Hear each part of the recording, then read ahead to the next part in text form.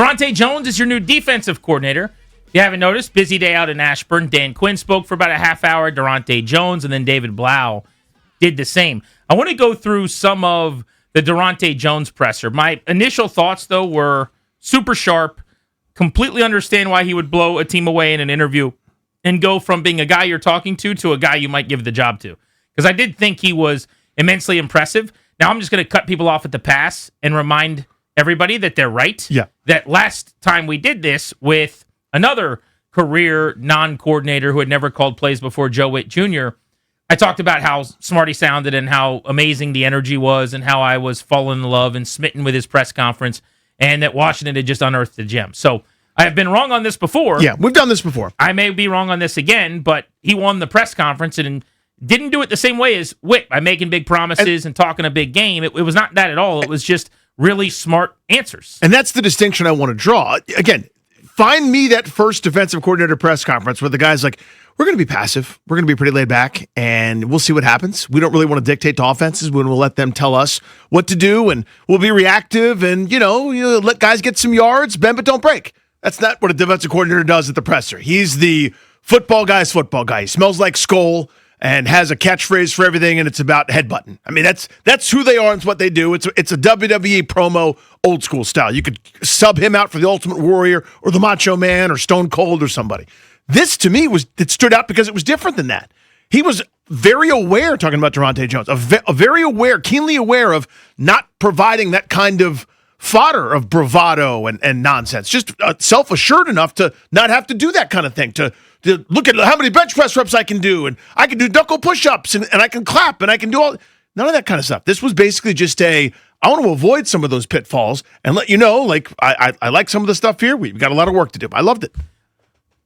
What I like about Daronte Jones' makeup, I don't pretend to know what scheme he's going to run in detail or even a whole lot about him, but there's just so much about his background that I really enjoy. And look, there are no coaches getting jobs in this league that are indolent and aren't out there grinding and working constantly. These are people that are working their asses off, and everything that they get is earned, okay? That is 1,000% a certainty. Having said that, this is a guy that coached at the Division I level, the Division II level, the Division III level, called plays in college, worked in Canada, worked in spring football, worked in the NFL. You can't have a beefier resume at more levels than he did.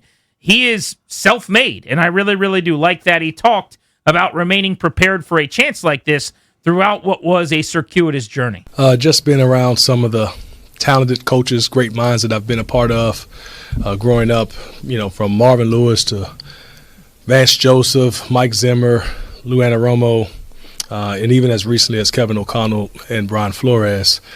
They've prepared me, and being around them, learned lessons, how to lead, how to structure their side of the ball, how to implement certain learning techniques, and finding out about the culture amongst the guys have helped guide me to where I am today.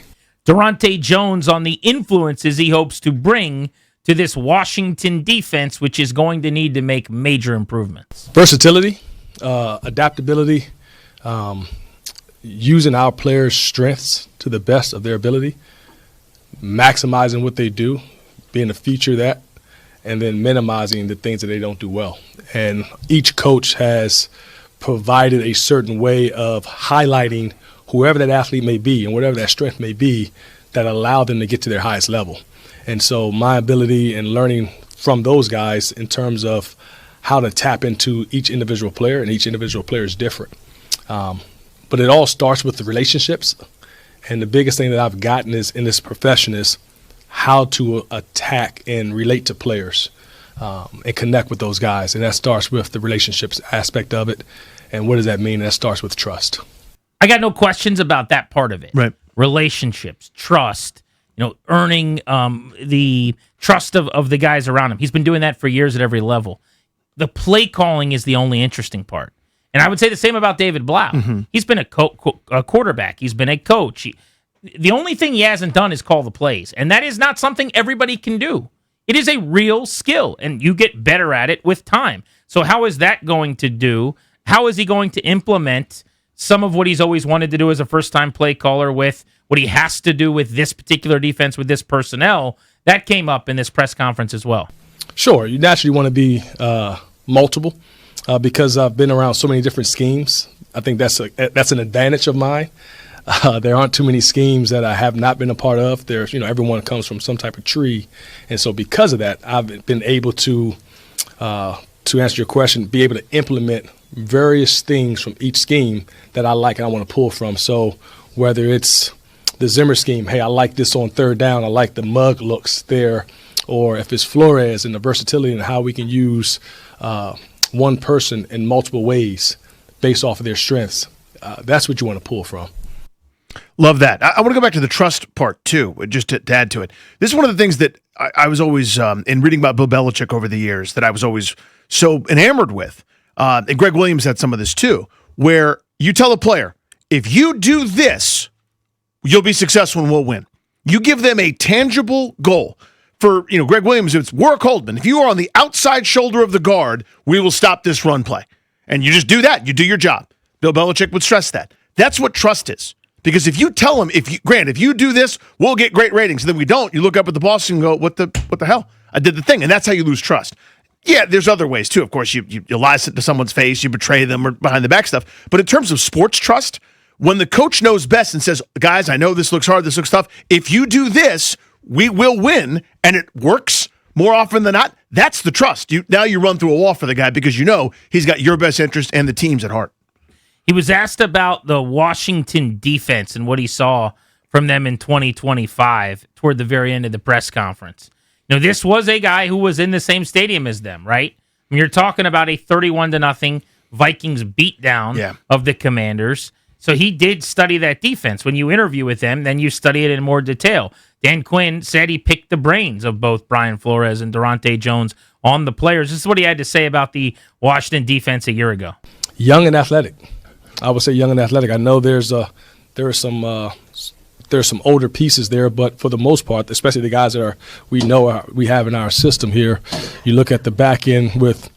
We're talking about Sam Steele, Trey Amos, Quan Martin, Will Harris. Those guys are athletic. Then you throw in a Reeves in there as well, who provides some versatility. And Owen's also another guy who's versatile. You look at McGee, you look at Luvu, you look at Madrano. Those guys are athletic, and they're young. And up front, you have some savvy vets up there, and then you have Newton, who's also a young player who has some mobility inside in the interior D-line. And so when you look at that, the first thing that jumps off the tape is these guys can run and hit.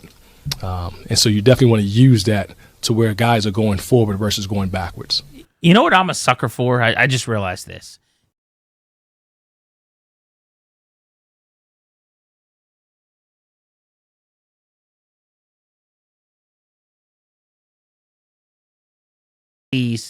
What I saw before the draft. But now all the Cowboys game happened. That was amazing. But for the most part, it's a couple years of Johnny Newton not really being that guy. But he's here to remind you, he actually has a pretty special skill set. Kane Madrano, when they drafted him, the idea of him was this amazing thing. They didn't play him at all. I assume he can't really play. You see what I'm saying? Yeah, of course. But Dan Quinn referenced this. He talked about the fact that it was nice when he sat down with Daronte Jones to hear some of the things that he thought about their players brought to light. And I think when you hear an outsider who's run a good defense in Minnesota, that he would want Johnny Newton on the Vikings front, that he would want a Kane Madrano. He kept bringing up Frankie Luvu at different points. How about when he was actually asked point blank about Luvu, cut 6? I thought this was awesome because he lit up on Luvu, and you could just hear it in his voice.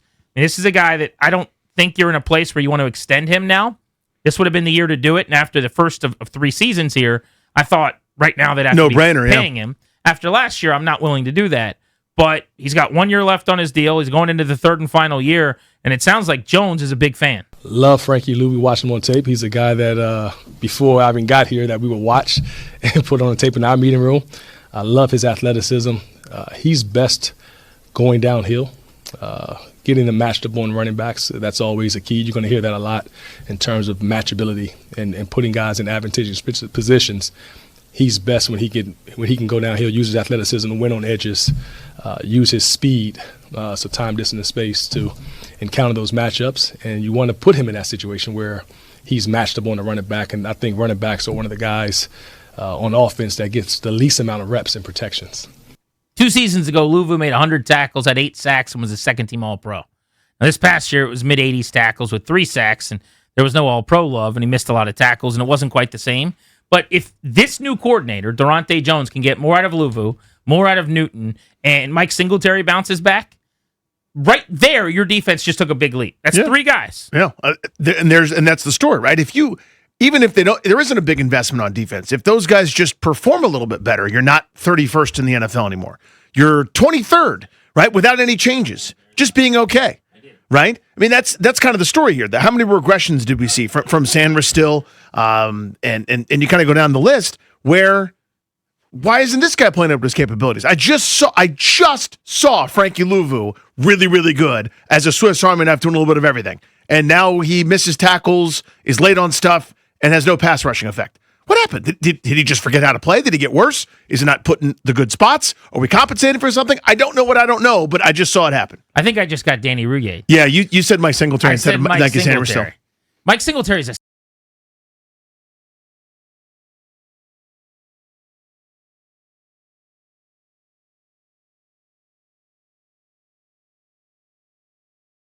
around and do some things. Maybe not great in space these days.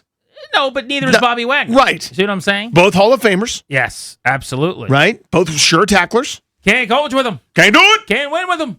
Can't do it. Yes, I meant Mikey Sanders still. You know what we need? We need some type of sounder on this show for when whatever that is. Like you got Danny'd. Now, right, exactly. Or just some type of wrong name or something. Without joning, because this was my mistake. No, but this is my thing. I own this. You're going to catch a few more of these than me, but I deserve it too. Yeah. When I call Mike Sanders still Mike Singletary and I pull a Danny Rouillet, I deserve to get got. Yeah, I mean, when you say pulling a Danny Rouillet, most people know what you mean. It's either not here when big news happens. I was going to say, then I left, and then they traded C.J. Abrams. Yeah, or it's if someone has the same. For me, the special passcode for this, the Konami code, is if someone has the same last name and the first letter of the first name is the same. It's the Bob and Ben McAdoo situation. I'll never get it right. Derek and David Carr. Good luck. It's a coin toss every time for me, which is the current quarterback and which is the handsome former quarterback.